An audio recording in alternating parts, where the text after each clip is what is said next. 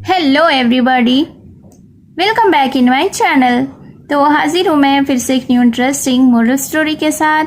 आज की स्टोरी एक short English story, moral story, interesting story भी है। तो वीडियो के एंड तक बने रहिएगा। बहुत सारे न्यू वर्ड्स आप इस स्टोरी में सीखेंगे जो एडवांस लेवल के हैं, और साथ ही स्टोरी को रीड करना और इंग्लिश वर्ड्स के करेक्ट प्रोनाउंसिएशन के बारे में भी सीखेंगे। तो सबसे पहले, अगर आप इस चैनल पर न्यू हैं, मेरी वीडियो को पहली बार वॉच कर रहे हैं, तो मेरे चैनल को सब्सक्राइब ज़रूर करें और जो बेल का आइकन दिख रहा है उसे भी प्रेस कर दें, ताकि मैं जब भी वीडियो अपलोड करूं तो इसका नोटिफिकेशन आप तक पहुंच जाए। और अगर आप मुझे फेसबुक पर देख रहे हैं तो फॉलो करना ना भूलें। तो चलिए स्टार्ट करते हैं आज का यह मॉरल स्टोरी। आज के स्टोरी का टाइटल है सीक्रेट ऑफ लाइट। सीक्रेट का अर्थ होता है रहस्य, ऑफ लाइट, ऑफ का अर्थ होता है का, लाइट यानी कि रोशनी। तो शीर्षक का अर्थ हुआ रोशनी का या प्रकाश का रहस्य। So let's begin the story.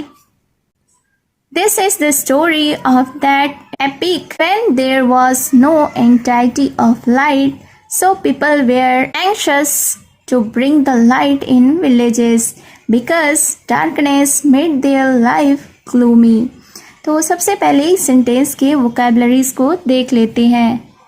Story का अर्थ होता है कहानी, एपिक यानी कि युग या काल या अवधि, when का अर्थ होता है जब, एंटाइटी का अर्थ होता है अस्तित्व, पीपल यानी कि लोग, एंग्शियस का अर्थ होता है चिंतित, ब्रिंग यानी लाना, लाइट यानी कि रोशनी या प्रकाश, विलेजेस, विलेज का अर्थ होता है गांव, बिकॉज यानी क्योंकि, डार्कनेस यानी कि अंधेरा, ग्लूमी का अर्थ होता है उदास या अंधकार पूर्ण।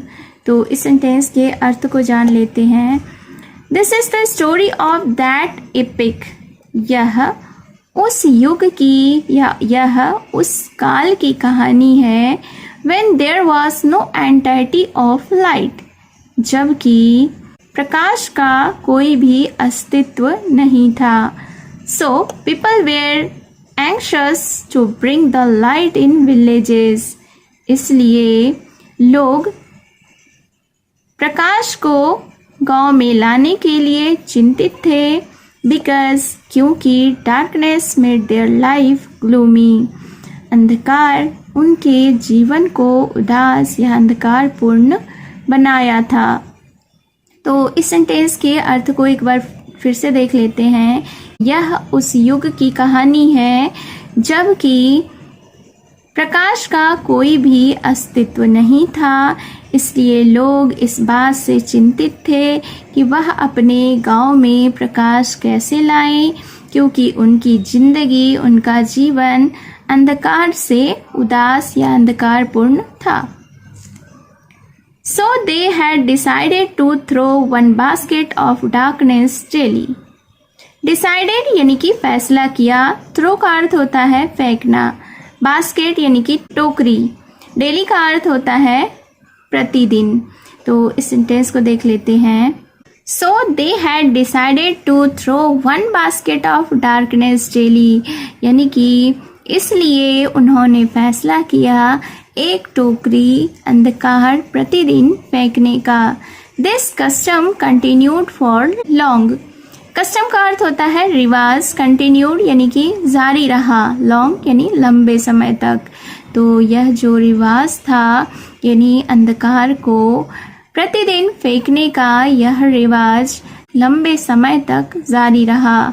In that village a man named Ashish lived.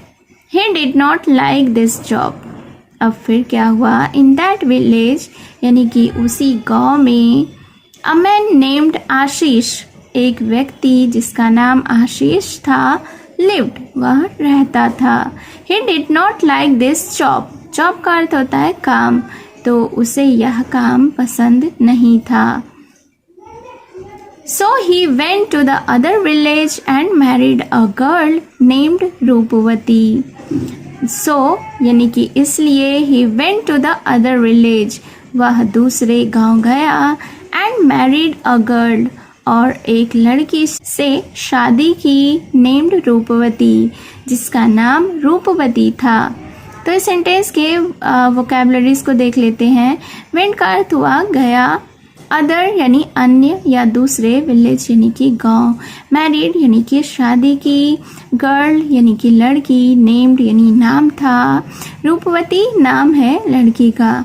तो फिर उसके बाद देखते हैं When they both returned to that village, the bride was given a work of throwing darkness in a fire pit before entering the house. तो फिर उसके बाद क्या हुआ? When they both returned to that village, returned यानी कि वापस आए, both यानी कि दोनों। तो फिर जब वे दोनों उस गांव वापस आए, the bride was given a work. bride का अर्थ होता है दुल्हन, वर्क यानी कि काम। तो दुल्हन को एक काम दिया गया of throwing darkness in a fire pit. क्या काम दिया गया? अंधकार को दूर गड्ढे में फेंकने का। Before entering the house, enter यानी प्रवेश करना, हाउस यानी कि घर, बिफोर यानी पहले, तो घर में प्रवेश करने से पहले। तो इस सेंटेंस को एक बार फिर से देखते हैं। When they both returned to that village, जब वे दोनों उस गांव वापस आए, the bride was given a work of throwing darkness in a fire pit. तो दुल्हन को एक काम दिया गया जो कि यह था कि अंधकार को दूर गड्ढे में फेंकना था। बिफोर एंटरिंग द हाउस, घर में प्रवेश करने के पहले। She was amazed and thought deeply. She was amazed. Amazed यानी कि हैरान रहना, आश्चर्यचकित रहना। Thought यानी सोचा, deeply यानी गहराई से। तो she was amazed, वह हैरान थी, and thought deeply और गहराई से सोची। Soon she tore the edge of her sari, took an earthen pot and kerosene.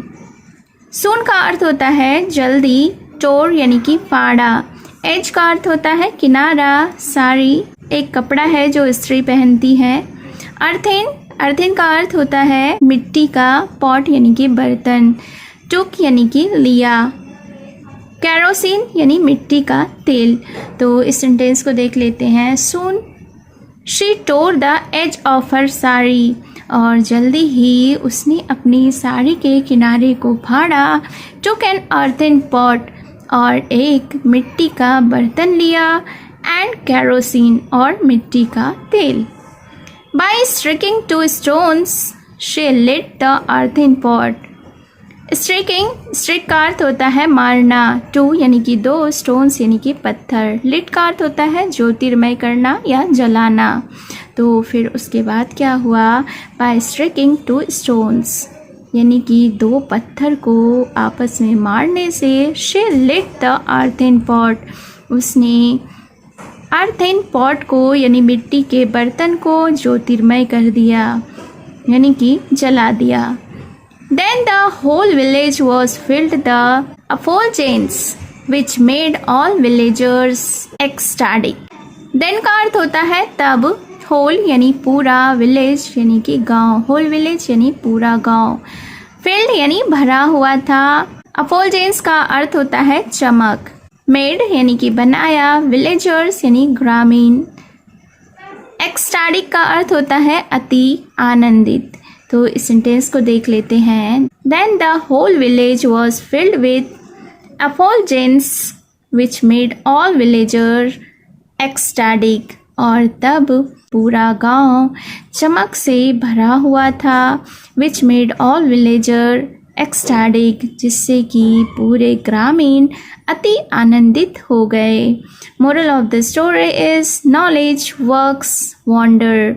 Knowledge का अर्थ होता है ज्ञान, वर्क्स यानी काम करता है, वंडर यानी अद्भुत।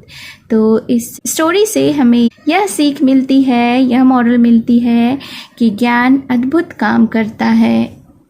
So it was the story. उम्मीद है यह स्टोरी आपको पसंद आई होगी और आपने बहुत सारे न्यू वर्ड्स भी सीखे होंगे। तो मेरे चैनल को सब्सक्राइब ज़रूर करें, और अगर आप मुझे फेसबुक पर देख रहे हैं तो फॉलो करना ना भूलें, क्योंकि मैं बहुत सारी न्यू इंटरेस्टिंग मॉरल स्टोरी लेकर आती रहती हूँ। तो जब तक आप स्टोरी पढ़िए, समझिए, सीखिए, मैं फिर से एक न्यू इंटरेस्टिंग स्टोरी लेकर आती हूँ। Thank you for watching.